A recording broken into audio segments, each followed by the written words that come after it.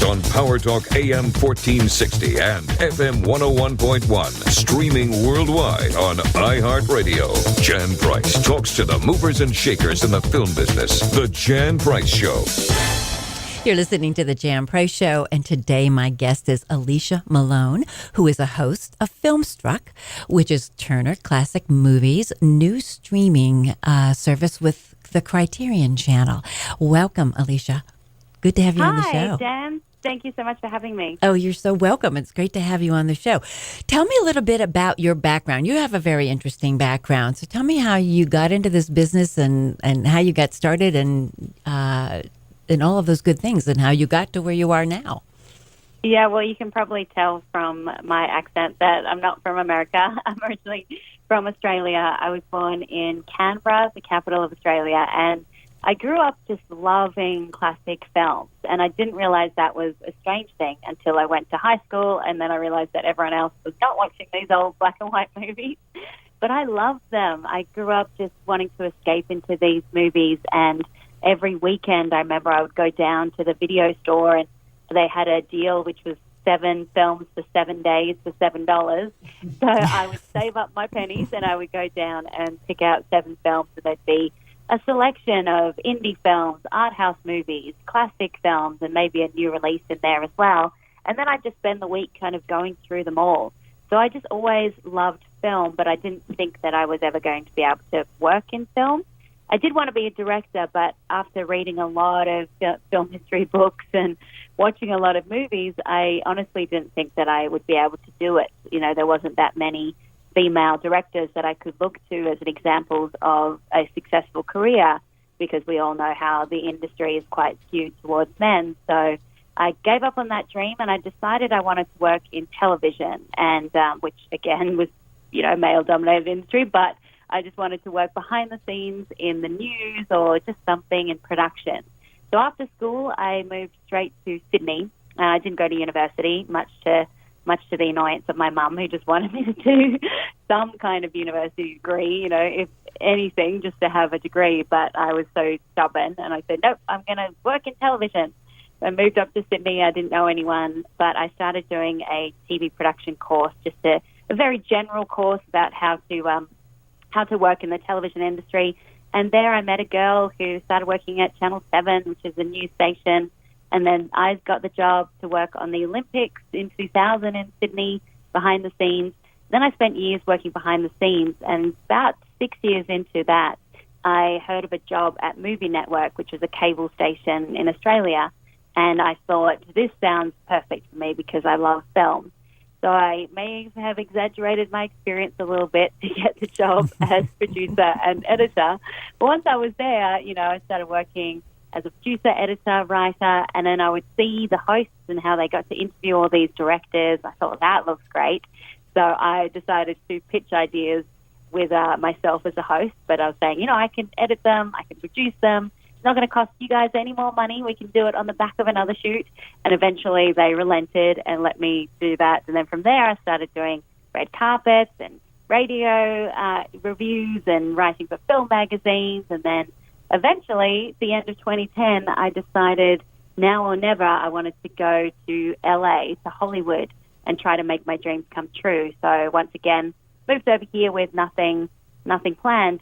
But one of my biggest dreams when I moved over here was to work with TCM, because I used to watch TCM when I moved over and I knew no one. It really made me feel like home. So I feel so lucky that I get to do that now.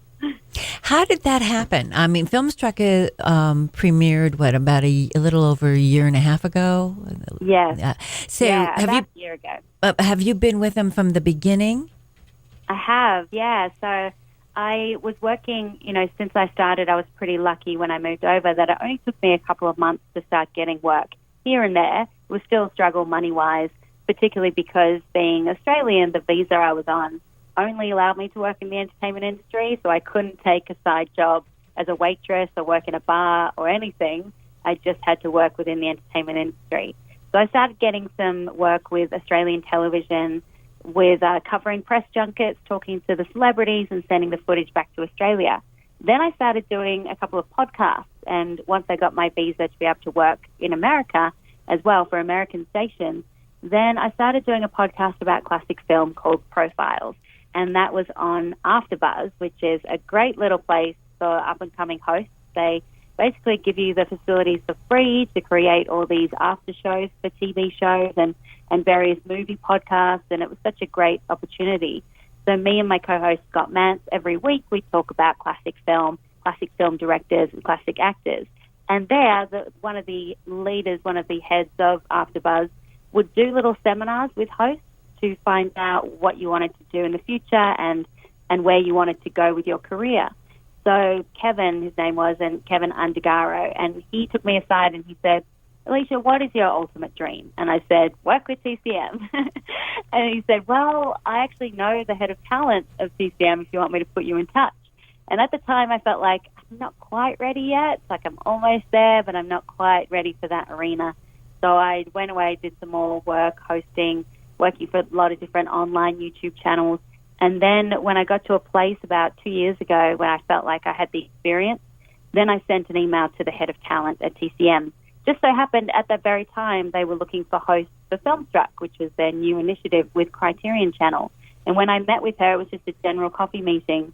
But I spoke about all the foreign film directors that I love and the indie films that I love and art house as well as classics. So she thought, well, maybe Alicia could be right for Filmstruck. I ended up doing an audition in Atlanta, and I have to say when I arrived there and they had the makeup room for me and there was a sign out the front with the TCM logo and my name on it, I said, I have to take a picture of this because even if I don't get this job, I feel like I've made it just by virtue of being here at the TCM studios to audition for Filmstruck. Eventually I got the job, and then I've been working with them for the year and a half, and it's been a dream. I still can't believe that I get to do this. It doesn't feel like work. Wow. Now, do you are you the only host on Filmstruck at this stage? They do use another host, Lucky Yates, who's a really fun guy. He is also a voice on Archer and an actor, and he has such a great spirit about him. So me and him, we don't get to work together, but I always hear, he's in studio the day before me, or I'm in studio the day before him, and we like to have a friendly rivalry about who gets finished first with all their hosted intros. And is it done the same way that TCM does its introductions, or is it a little different? Yeah, it's slightly different, but that same kind of feel. So I'll get given the scripts that writers and researchers have done for probably about 35 different films. And then I'll go over them and try to put them in my own language. I'll do my own research, try and see as many films as I can. Often I've seen a lot of them, but then I get to delve into some really obscure titles, which I love. And once I do all that, then I fly to Atlanta to do a day of filming, and we do them all back to back. And then after that, they're put on the service, and it's an optional extra. So as you go into Filmstruck, when you go to a film, you may see next to the play button that says hosted intro. So if you want to learn more about the film, that's when me or Lucky will pop up and tell you some interesting facts. Very interesting. So is there something else that you want to do now that you've kind of achieved your goal of of being a host on Turner Classic Movies? I know, it's so funny. My friends just say that I'm a huge manifestor because when I moved over here and I pulled out my little list of goals, and I wrote work for TCM. I wrote one day I want to be on the red carpet at the Oscars with an American outlet, which I ended up doing, being on the carpet as a film expert for CNN last year at the Oscars. What else? I wrote do a TED talk, and I ended up doing that, and I also wrote write a book, and I did that. So now the big thing left on my list, which is a future dream, is to own a one-screen cinema somewhere. I would love, love, love to have my own little cinema that plays classic movies and obscure films and independent movies. And I know that might not be the most financially rewarding job or dream I could have, but that's my plan for the future once I'm finished with TV. But right now, honestly, I'm so happy working with the Filmstruck. It is a dream come true, and I hope I get to continue with them for as long as possible. That's great. That's great. I love it. I love these stories. We're going to be right back after these brief messages. You are listening to the Jan Price Show, all about movies on Power Talk 1460 and 101 FM. And like the Jan Price Show on Facebook. Have you ever dreamed of doing commercials or movies? Your dream starts with a desire. And if you have the desire to do commercials and feature films, we want to know about you. We're Moco Film, one of the Genesis companies that includes VoiceJock, a major provider of TV commercial talent to TV stations throughout the nation. Registering is free. Just go to mocofilm.com and fill out the information. That's MOCOfilm.com. You'll become part of a large talent bank available to producers. Go to mocofilm.com today and start living your dream.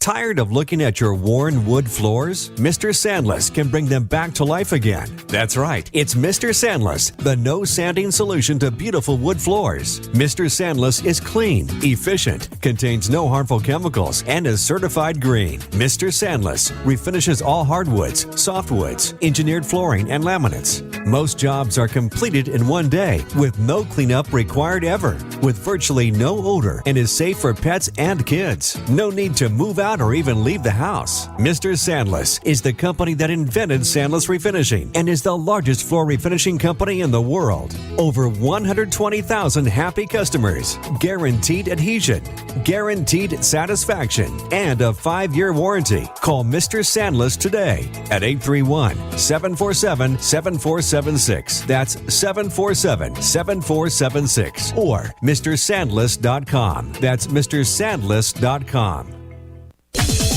On Power Talk AM 1460 and FM 101.1. Streaming worldwide on iHeartRadio. Jan Price talks to the movers and shakers in the film business. The Jan Price Show. We are back, and my guest today is Alicia Malone, who is a host on Filmstruck, which is Turner Classic Movies and Criterion Channel's streaming service, which was launched about a year ago. Alicia, you wrote a book, Backward and in Heels, The Past, Present, and Future of Women Working in Film. Tell us a little bit about that book and how that came about.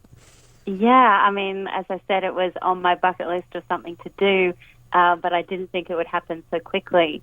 So I have always been interested in the idea of women in film. And, as I said, I wanted to be a director when I was young and then realized that it was much harder than that for women. So I started when I was doing on YouTube channels, and I would start to get comments back if I was supporting women, quite misogynistic comments, and it always surprised me. So I decided to sort of become somewhat of an activist and just start to speak up even more about the treatment of women in Hollywood and also the inequality and the imbalance in front and behind the camera.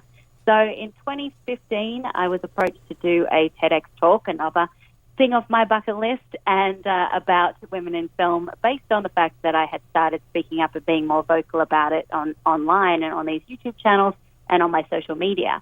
So that was a huge undertaking, and it's something I didn't think that I would be able to do, but I think the theme in my life is always being scared to do the thing, but just doing it anyway, and then, finding out that it's not so scary after all.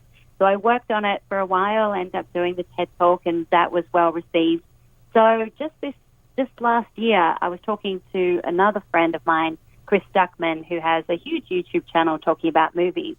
And he had written a book, and I'd seen it in the bookstore, and I said, I'm so excited for you that your book's out there in the world. Congratulations.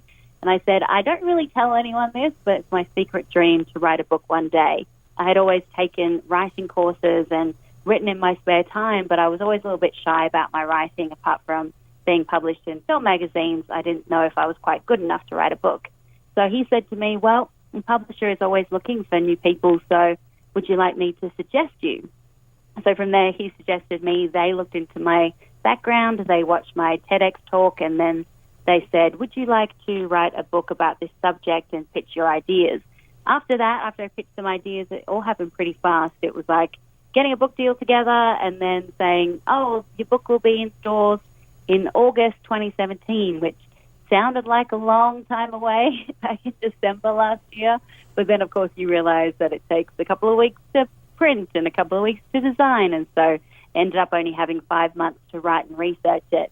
It was an incredibly difficult experience to be able to pull that together so quickly, but also really rewarding. And I learned so much about Hollywood and about Hollywood history and about women in film, way more than I thought I knew. And now it feels so surreal to see it in the hands of people on social media and out and about in the world. It's insane. it is the topic of conversation right now, obviously. Oh, yeah. Mm-hmm. Have you found, it's hard not to talk about the news that's out there right now, but have you felt ever, because your career has really skyrocketed in a short period of time, any of the sexual discrimination or pressure, by a producer to do something against your will? Have you found that in Hollywood? I have, not to the extent of Harvey Weinstein, and my heart goes out to women like that, because I think, it's so hard when people in power abuse their power, and then women are so scared to come out. But just in terms of, I remember I went for one job interview, and the only question I was asked was, do you have a boyfriend? And I was like, I don't see how that's relevant. And I was told that if I did have a boyfriend, it was okay, I guess, but do not mention it on air, because you need to be appealing to male fans at all times. They have to be able to think that they could have you if they wanted. So stuff like that, and then stuff I think there's like just a pervasiveness of sexism throughout, especially YouTube channels. A lot of, women getting talked over, mansplained, shushed a lot, getting the brunt of hate from comments. You'd always get comments about your appearance and not what you said. A lot of competition between women in the comment section in terms of, do you think she's hotter or she's hotter, rather than listening to what you're saying. And then there was a couple of times when I'd be on a show and someone would make an inappropriate comment, or someone would make a gesture to me that I felt uncomfortable with. And you're in that position when you're on live on YouTube and there's comments happening as you do this live, and you're in that position where you either have to laugh along and try to be the cool girl, one of the guys, or say something and then take the brunt of hate for that. So I ended up, saying something quite a lot, and then I got the nickname Red Fury, which I have taken on as kind of a superhero name. But I would get really angry. I've got red hair, and I'd get angry when that would happen, and I would have to kind of point out that this was making me feel very uncomfortable. I think a lot of men don't realize that this is the kind of stuff that we have to deal with every day as women. I was just getting a coffee before this show, and I was walking across the street, and this beautiful girl was walking past with 4 coffees, trying to handle them as she walked across the street. And then there was this guy in a car with loud music just yelling at her, do you want a ride? Do you want a ride? Come in here and I'll give you a ride, baby. Listen to me. And then you get angry that she wasn't responding. And I was thinking, this is the kind of thing that we have to deal with every day. So it's very, very hard, and I don't think guys who are genuinely good guys, I don't think that they understand that, because it's not the kind of behavior they themselves would take part in. But I'm just glad that it's all coming out to light, and I think it's going to be even harder for men to get away with this in the future. I hope so. I mean, it's not just in the movie industry. It's pervasive in all industries. And I certainly have been a victim of sexual harassment myself. So I understand, what that's like and what these women are going through. And reading about this has only brought up my own experience of what happened. So it is pervasive. It's and there needs to be the conversation, and we need to change it. And I'm really happy to hear that you spoke up and didn't play along. I mean, it was very easy to do that, and I can't say I would have been strong enough, to speak up to it. So, but I'm so glad that you have. I think it pushed me to the point where I was just like, okay, I can't do this anymore. Because I remember when I started out working in news, it was just the kind of thing that it was almost accepted. Like, I knew not to walk back from the studio to the newsroom with this one newsreader, because he was always creepy with the girls. And so I would just pretend that I was busy and, you go ahead, I'll catch up later. So those kind of things. Or I just knew that I shouldn't wear a low-cut top around this certain reporter. And it's kind of something that women, we take on. We think, okay, it must be our fault if something happens. What did I do to encourage this? Or should I be cool? Like, am I being a prude, that I'm not finding this enjoyable? But I think that now people are becoming more aware of it, and hopefully things will change from now on, and it won't just be accepted as like stay away from that guy because he's creepy. It should be like, no, that guy is not allowed to be creepy in the first place. Right, exactly. I mean, if there's and at least you were forewarned by someone, thank heaven. Yeah. But obviously if you were forewarned, then people knew about it, and they were condoning that behavior in a way by not speaking up and letting somebody know about it. So if there's a takeaway today from anybody listening to the show is speak up and don't allow that behavior to continue and be pervasive, no matter who the person is. I mean, It's really interesting because we're seeing the egos finally bringing, it's predominantly men, so I hate to say that, but it is. And, and there's a lot of people who are, coming out, obviously now and speaking out, but it's like, why didn't they speak up before? I know, and the thing that I find amusing in a horrific way is that, I know this has happened a lot in the film community lately, is that one person will come out and speak out against, one man will come out and speak out against another man, and then women will come forward and say, you did that to me too, and then another one goes down. So this has happened lately. You had Devin Faraci, who is a blogger in the film world, and he was criticizing Donald Trump, and then people were saying, well, you did that to me, and then the cycle continued. And just last week, I worked quite closely with Screen Junkies, and I had the one person, this is what really shocked me, is because I really, truly thought that Andy Signor was a guy that I could trust. He was the head of Screen Junkies and someone who had always supported me, always brought me on to encourage other women to come in and said, you've got this book coming out, what can I do to support it?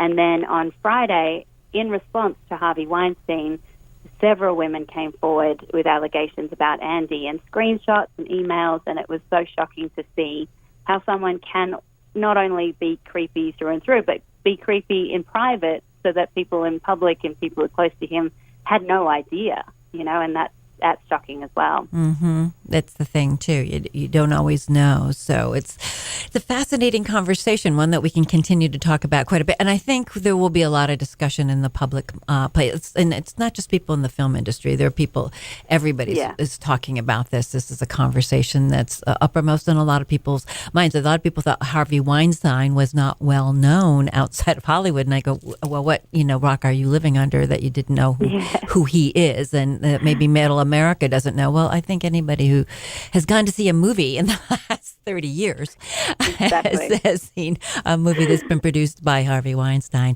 Anyway, we'll be right back after these brief messages. You are listening to the Jan Price Show, all about movies on Power Talk 1460 and 101 FM, and like the Jan Price Show on Facebook.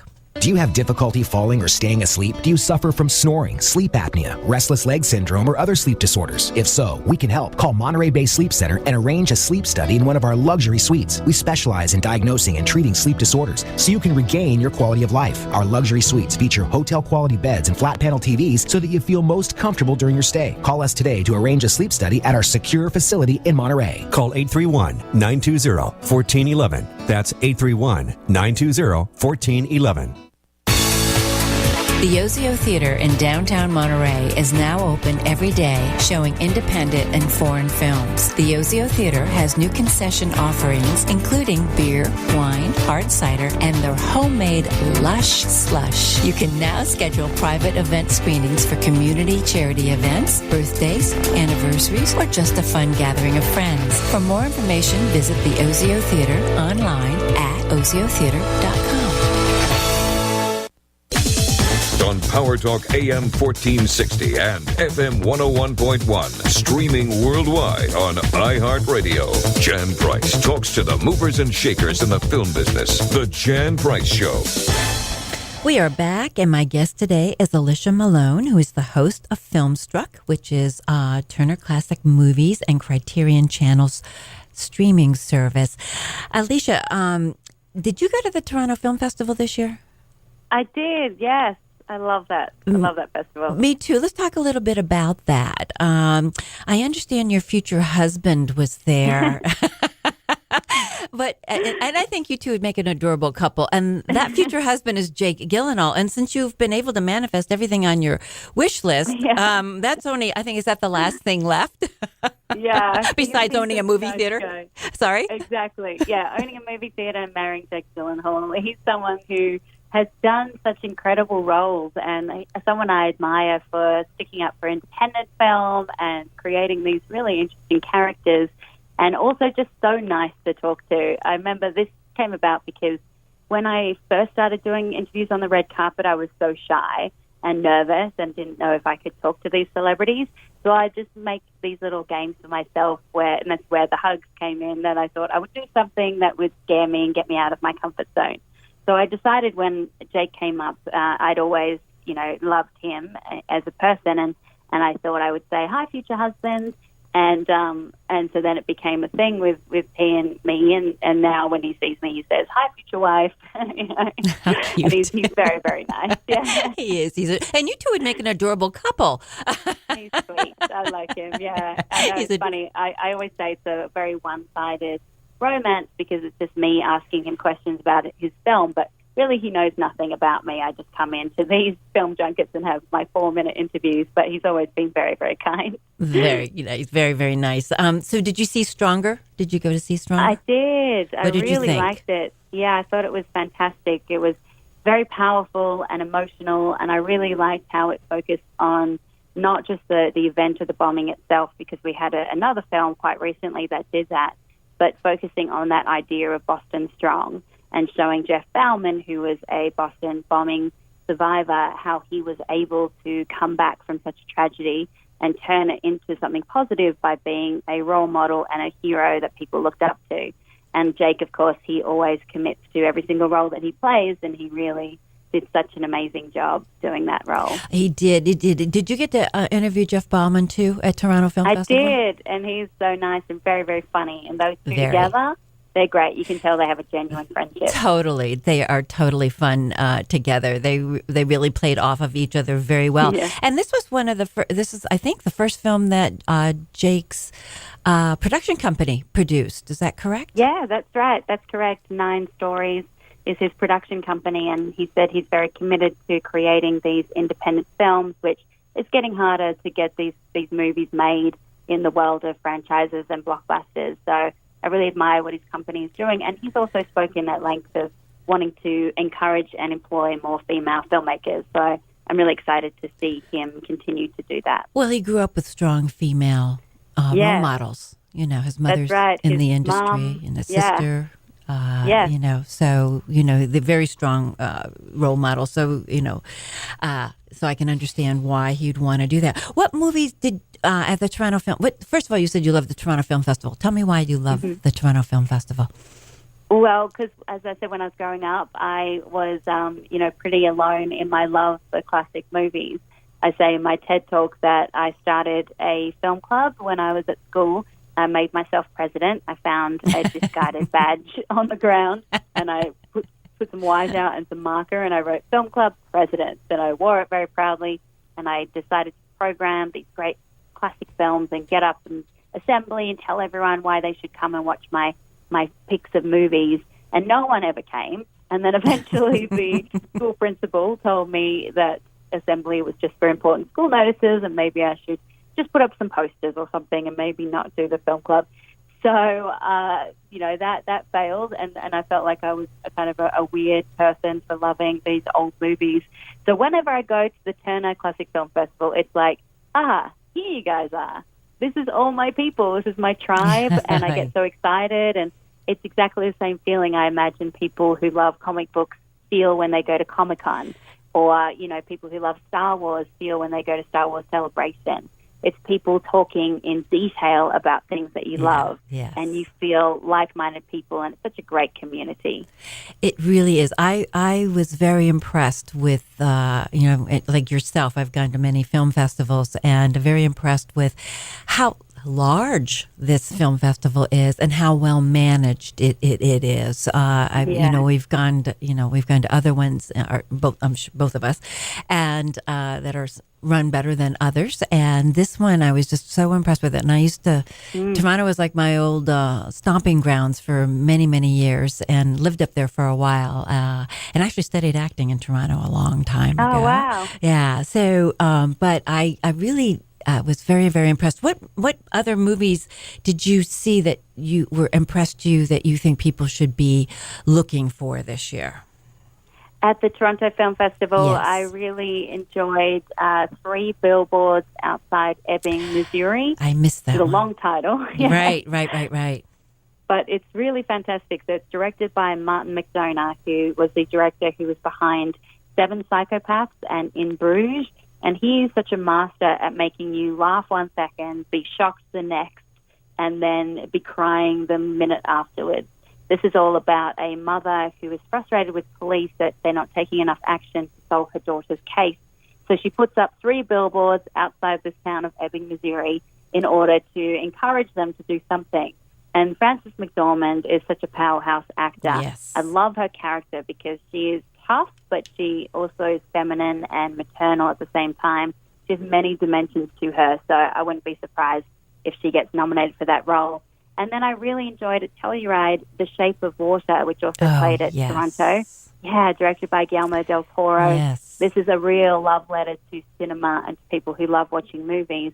And it's so funny because he says this idea came about when he was a young boy and watching Creature from the Black Lagoon, and he always wondered why the girl and the monster didn't end up together.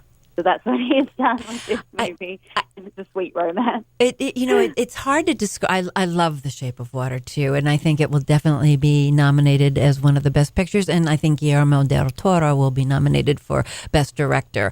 I'll be surprised if he isn't, because it's just visually just so beautiful, but describing it to people is like, okay, so how do you describe this movie? And when I have described it to friends, they go, oh, I can't wait to see it. I cannot wait to see it. So I just love it, and I can't wait to see it again. It was one of my favorites too. And Guillermo, did you get to interview him? I didn't for this one so far, but I have in the past, and he is delightful. Oh, he just the is. nicest person around. Yeah, he really is very, very generous. I just have nothing but kind words to say about him. He was just so generous with dealing with the press and talking to people and just being open and just his wonderful spirit and energy too. Did you happen to catch the children's act with Emma Thompson? I didn't. No. Did you see that one? Oh, I did. I just absolutely thought it was a brilliant performance by Emma Thompson, too, and one of the best she's done. Well, I think she's wonderful anyhow, but I thought that this film was just a beautiful film. Again, another one I can't wait to see, but, I haven't heard as much buzz about it, but it was the world premiere, and she was there with Stanley Tucci, who plays her husband in the film, and the director and the writer, and they had never seen it with an audience. And they said they didn't realize how funny it was, because there was a lot of humor in it. But then I couldn't stop the tears from flowing at the end. I just couldn't stop crying. Wow. So it was one of those, and I love those kind of movies that make you laugh and cry. So I highly recommend the children's act when it comes out for everyone. What else did you see that you really liked? I really enjoyed Mother. I know that is a controversial which one? film. Mother. Oh, Mother. Let's talk about Mother. Yes. Okay. Yeah.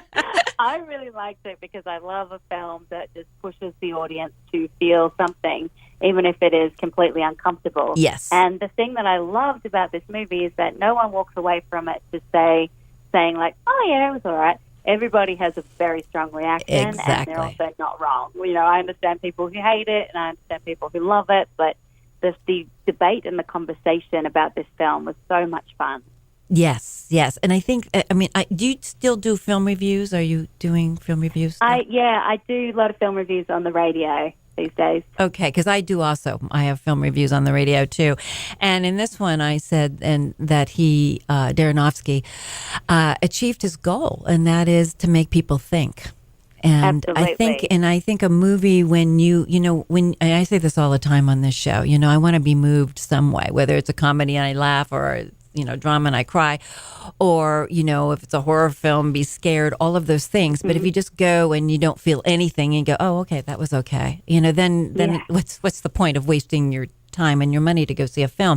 But this one, I have said, it's not for everyone. No. It's not an easy movie to watch, but it's fascinating, and it's one that stayed with me for days and days and days, and made me think more about it and deeper meanings. And of course, I have what I think it's about, and that's what makes it interesting. I love movies that stimulate a conversation. So I think Aronofsky did a wonderful job, and I think that right now there's a lot of being written about the movie, but I think there'll be years of people doing their thesis about this film. Absolutely. Yeah. I mean, I think that's happened with his career quite often, where I know Requiem for a Dream, when it was released, was very controversial, and now people see it as somewhat of a classic. And it was so much fun for me because I got to moderate 4 Q&As with Darren Aronofsky and his 2 producers, Scott Franklin and Ari Handel. And my favorite part was me walking in as the credits were rolling and saying, "Hello, everyone, welcome," and just looking out and seeing shocked faces. It was so funny. And then talking to Aronofsky, he was very, very keen to hear from the audience. So he only wanted me to just ask him a couple of questions and then throw it out to the audience. And every single person said something different about the movie, which I think is wonderful, that everyone can have their own meaning into this film. What were some of the things that people said? Do you remember? Yeah, there was things like, is this trying to say that home is where the heart is? There was definitely a lot into religion. There was a lot about abusive relationships. Is this about fame and the way that it cannibalizes people? Is it a very personal film for him, that it's like he sees himself as this narcissistic artist who has destroyed his own personal relationships to create his art? And the thing that I find fascinating is that all that is very much in there, but Aronofsky was making his very definitive version of the film, which is about the environment. And that was exactly what he wanted to make, and all the crew and cast were on that same page of this is what we're making. But it's amazing that it's opened up so many different theories. It is amazing, and again, it's done its job. I did write in my review, if you go to the film and you think about Jennifer Lawrence's character representing Mother Earth, the film, it has to do with the environment, then I think it opens a different way of viewing the film going into it. Although you don't want everybody, again, they may have their own interpretation. You're entirely right about it. So it's a fascinating movie. I do recommend it to everybody. Go with somebody. That's what I also wrote in my review. Yeah. Go with somebody because it spurs the conversation. We're going to be right back. You are listening to the Jan Price Show, all about movies on Power Talk 1460 and 101 FM, and like the Jan Price Show on Facebook. Tired of looking at your worn wood floors? Mr. Sandless can bring them back to life again. That's right. It's Mr. Sandless, the no sanding solution to beautiful wood floors. Mr. Sandless is clean, efficient, contains no harmful chemicals, and is certified green. Mr. Sandless refinishes all hardwoods, softwoods, engineered flooring, and laminates. Most jobs are completed in one day with no cleanup required ever, with virtually no odor, and is safe for pets and kids. No need to move out or even leave the house. Mr. Sandless is the company that invented Sandless Refinishing and is the largest floor refinishing company in the world. Over 120,000 happy customers, guaranteed adhesion, guaranteed satisfaction, and a 5-year warranty. Call Mr. Sandless today at 831-747-7476. That's 747-7476. Or MrSandless.com. That's MrSandless.com. Have you ever dreamed of doing commercials or movies? Your dream starts with a desire. And if you have a desire to do commercials and feature films, we want to know about you. We're Moco Film, one of the Genesis companies that includes VoiceJock, a major provider of TV commercial talent to TV stations throughout the nation. Registering is free. Just go to mocofilm.com and fill out the information. That's MOCOfilm.com. You'll become part of a large talent bank available to producers. Go to mocofilm.com today and start living your dream. On Power Talk AM 1460 and FM 101.1, streaming worldwide on iHeartRadio. Jan Price talks to the movers and shakers in the film business. The Jan Price Show. We are back, and my guest today is Alicia Malone, who's a host of Filmstruck, which is Turner Classic Movies and Criterion Channel's new streaming service. Alicia, what other movies have you seen that are coming out that you would recommend? Well, if you want something that will also divide audiences and provoke reactions much in the same way that Mother does, then I would recommend The Killing of a Sacred Deer.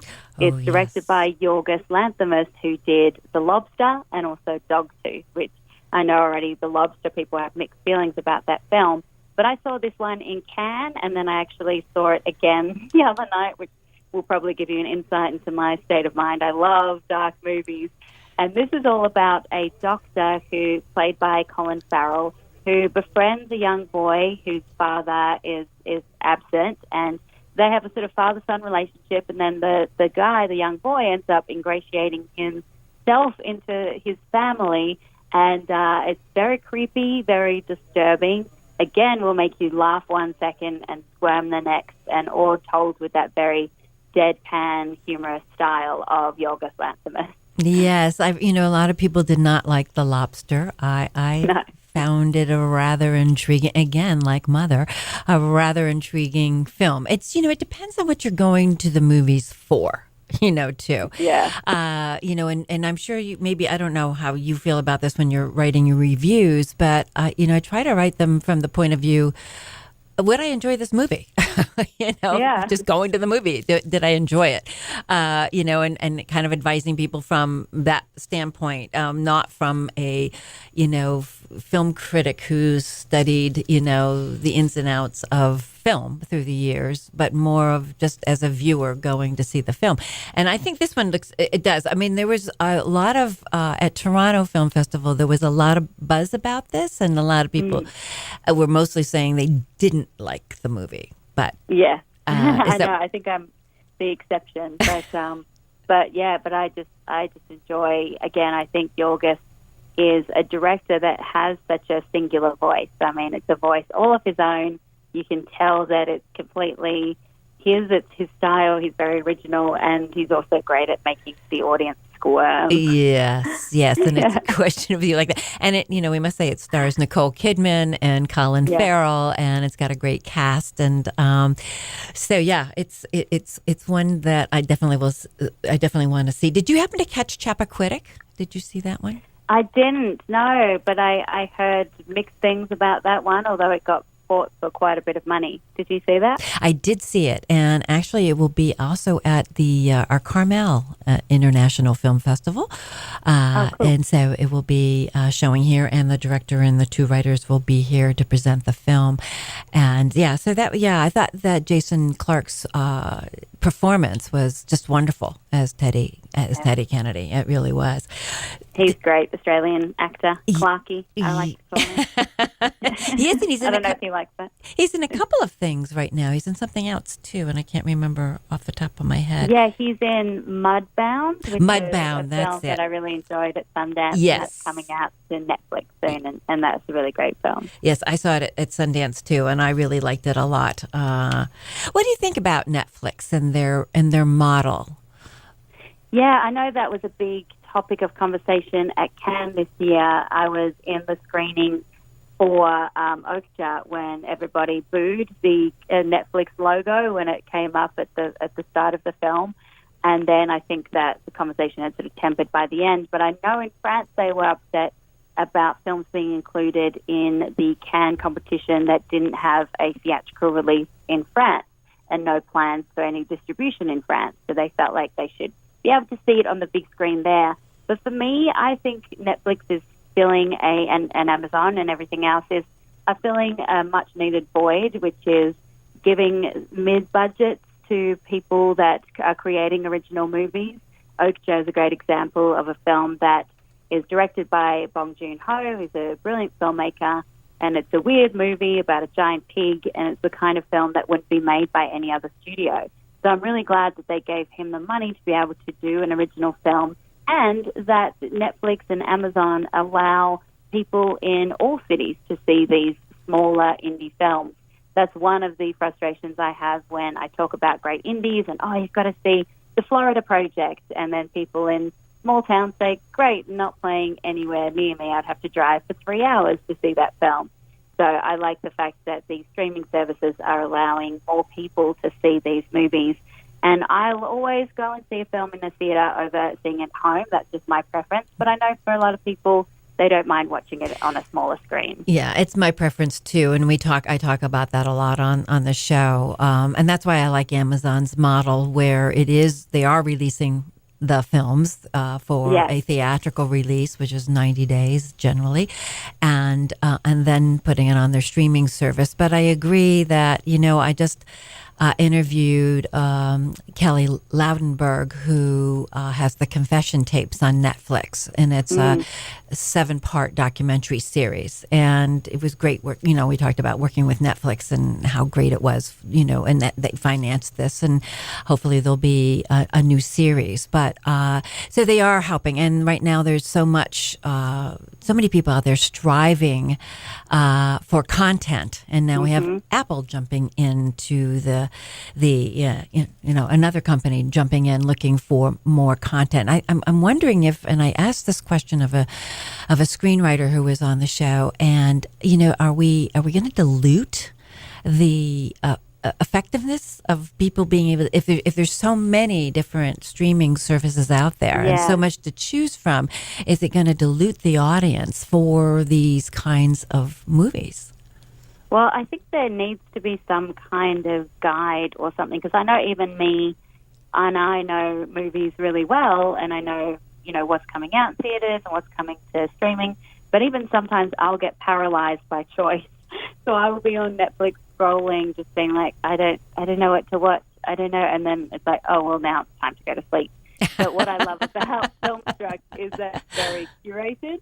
So when you go on Filmstruck, they have movies divided by themes, which I think really helps to hold the hand of the viewer a little bit in terms of seeing, what's available quickly and what you might be in the mood for.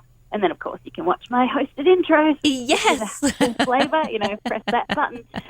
But yeah, I think when it comes to other streaming services, it can be overwhelming at how much is available, and it's hard to know where to start sometimes. It is, and I like the fact that you're saying it's curated at Filmstruck, so you have a little better chance of picking a movie that you really want to see. I know I record Turner Classic Movies all the time. That's all I watch at home are Turner Classic Movies. And I started to watch, one last night. I go, I'm just not in the mood for this one tonight. No. And then I put on another one. I go, nah, not in the mood for that one either. And then I think I'll just go read, or something. Exactly. I just was like, I just need something that, was lighter last night, not heavy at all. We're going to be right back after these brief messages. You were listening to the Jan Price Show, all about movies on Power Talk 1460 and 101 FM, and like the Jan Price Show on Facebook. Do you have difficulty falling or staying asleep? Do you suffer from snoring, sleep apnea, restless leg syndrome, or other sleep disorders? If so, we can help. Call Monterey-based Sleep Center and arrange a sleep study in one of our luxury suites. We specialize in diagnosing and treating sleep disorders so you can regain your quality of life. Our luxury suites feature hotel-quality beds and flat-panel TVs so that you feel most comfortable during your stay. Call us today to arrange a sleep study at our secure facility in Monterey. Call 831-920-1411. That's 831-920-1411. The Ozio Theater in downtown Monterey is now open every day, showing independent and foreign films. The Ozio Theater has new concession offerings, including beer, wine, hard cider, and their homemade Lush Slush. You can now schedule private event screenings for community charity events, birthdays, anniversaries, or just a fun gathering of friends. For more information, visit the Ozio Theater online at oziotheater.com. On Power Talk AM 1460 and FM 101.1. Streaming worldwide on iHeartRadio. Jan Price talks to the movers and shakers in the film business. The Jan Price Show. We are back, and my guest today is Alicia Malone, who's the host of Filmstruck, which is Turner Classic Movies and Criterion Channel's streaming service that launched about a year or so ago. What's next for you? What do you want to do next? For me, I am excited to continue with Filmstruck, and I'm working on a couple of things with them that I can't say about just yet, but it'll see me doing more long-form interviews. I was really, really excited when I got the opportunity to sit down with Peter Bogdanovich at the Turner Classic Film Festival, and I got to talk to him for an hour. And as someone who grew up watching his movies, I had so many questions, and I was really excited to get a proper chance to talk to him. And then that interview went on the service along with his film, and then I, got some great feedback from people who really enjoyed that style of long interview with in-depth film director kind of interview. That's what I love, and that's what I want to keep working on. So I think that there'll be more of a chance for me to get to do that. And really, I just want to be an authority for people who don't know where to start with indie foreign films, art house movies and classics. I know many people can feel daunted by jumping into this space. You have something like the Criterion Collection, which is held up and revered, and rightly so, but for people wanting to jump in there, they can almost be too daunted to try because they think maybe they're not smart enough, or they don't know where to start, or they might not like these foreign films or these black and white movies. So much like I did in high school, I want to just continue being an advocate for these films, trying to encourage people to watch these smaller movies, these classic films, and then as much as I can help women. So recently I've been thinking about the best way for me to do that. I feel like I'm so established in this industry now that I have a lot of skills that I could impart for young women who want to join this job that I do and do this similar thing. So I'd love to come up with some kind of support group for women in my industry that we can all come together and talk to one another and share any concerns we have, and be a mentor and a teacher, and be able to maybe do some courses about hosting and interviewing and reading teleprompter and all these different skills that I have amassed over my years in the industry. There's no one way to get into the job that I do, so I get emails every week saying, how do I do it? And I would love to have something more concrete to share with people so that they can come into the industry, and especially girls, so we can start to level the playing field just a little bit. I think that's wonderful. Absolutely wonderful. I totally agree with you. That's what this show is dedicated to, independent film and documentaries. And, I love that. There's not many places where those filmmakers get a chance to speak about their what they do, because everybody wants the big star, the latest, actor or actress or director who's out there. And that's why I've devoted the show particularly to that. And I talk a lot about Turner Classic Movies because I love Turner Classic Movies. Thank you. And Filmstruck too. So anything else before we go that you think that, as far as Filmstruck, tell us, is there anything you want to tell us a little bit more about Filmstruck before we leave? We only have a minute or two. Yeah. I mean, I was really excited. Recently I got to go to the New York Film Festival and speak to some filmmakers there. And Filmstruck, we're going to continue putting more content on YouTube, like interviews with filmmakers. And so we're going to start building up that side of things and having more of a dialogue with our community. And I'm just so excited about where this could go. I think that the sky's the limit for Filmstruck. I think there is, it's a smaller audience, but it's a very passionate audience out there who love these kind of films. And I just look forward to being a part of the brand as it continues to grow and expand. And once again, I feel like the luckiest girl in the world because I get to do my dream job. And I get to work with such an incredible team of people who are so passionate about film. And I really do pinch myself and think, how did I get here? It's so great. It is. You are very fortunate to be doing what you absolutely love.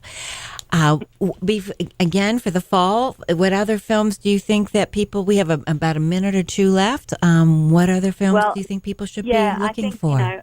I have suggested some very dark ones, so let me just quickly suggest some lighter fare. I love The Disaster Artist, which is directed by James Franco. It's about the making of The Room, the best, worst film ever made. It's hilarious. It doesn't make fun of Tommy Wiseau, the creator. It actually celebrates the fact that he was a guy who just wanted to live his dreams and make a movie. And then I really want to recommend Lady Bird, which is directed by Greta Gerwig. It's a wonderful coming-of-age story, a mother-daughter story, and it's such a fresh, unexpected dose of humor in there. she's a talent to watch as far as writing and filmmaking. She's been doing it a long time, and it's so great to see her do her first solo project. Oh, yes. And it's gotten, both those movies have gotten a lot of great buzz at the Toronto Film Festival. And she filmed that in Sacramento, California, her hometown, which is not too far from both of us. So, yes. S-Town. Is that what they call it? What do they call it? What do they call it? Sacktown? I don't know. Is that what they call it? I don't know. I have no idea, really. I don't know either. Alicia, it has been a pleasure having you on the show. I wish you much success. I look forward to having you back on the show. We can get into more deep discussions about movies that people should see. And I know you're a hugger, and so am I, so I'm going to give you a cyber hug. Yay. Thank you, Jen. It's been wonderful to talk to you. Thank you. You too, Alicia. Thank you so much. You've been listening to the Jan Price Show, all about movies on Power Talk 1460 and 101 FM, and like the Jan Price Show on Facebook.